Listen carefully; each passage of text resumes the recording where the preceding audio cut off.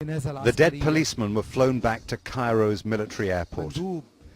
The government believes that al-Qaeda-style jihadists. Egypt's official media hasn't tried to connect the killings with the violent crackdown on the Muslim Brotherhood, but they add to the sense of profound crisis.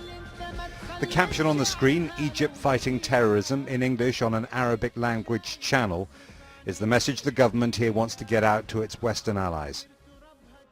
Mustafa Hagazi, the advisor to the interim president, compared the Muslim Brotherhood's organization to Nazis and fascists in 20th century Europe and said proportionate force was being used against it. In the middle of a non-peaceful assembly with machine guns, with people firing on our police forces, again, if that happens in any Western capital, I would expect that you cannot just define what will happen. Would you expect hundreds of people to die? I cannot give the count, because I would say this is the momentum of the future is going to be then for Egypt? Are you going to restore democracy? I would say it's democracy, freedom, justice. How long before that's restored? It's happening as we speak. We're having now a political process. How can you restore democracy with the barrel of a gun? And how can you protect the people being killed? Egyptians are focused on their march to the future. They know their goals, they know their enemy, and they know the definition of victory. Cairo's main mortuary shows how nightmares are coming true here. It's overflowing, so rotting bodies are kept in 4 refrigerated lorries.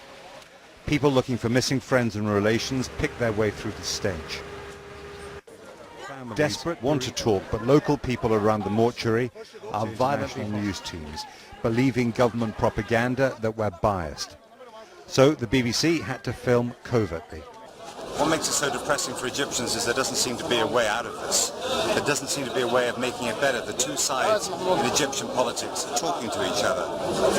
People fear more violence, perhaps even much more violence. Families often say there's an official conspiracy to disguise how people died in demonstrations. This man is complaining that the death certificate says killed by asphyxia when the body was burned. I've seen been shot with causes of death left blank. Many Egyptians believe demonstrators. Others fear the country is going back to the way it was when Hosni Mubarak was president. His lawyer says the old dictator might be released from prison on remand in a few days. The dreams of the Arab Spring of 2011 seem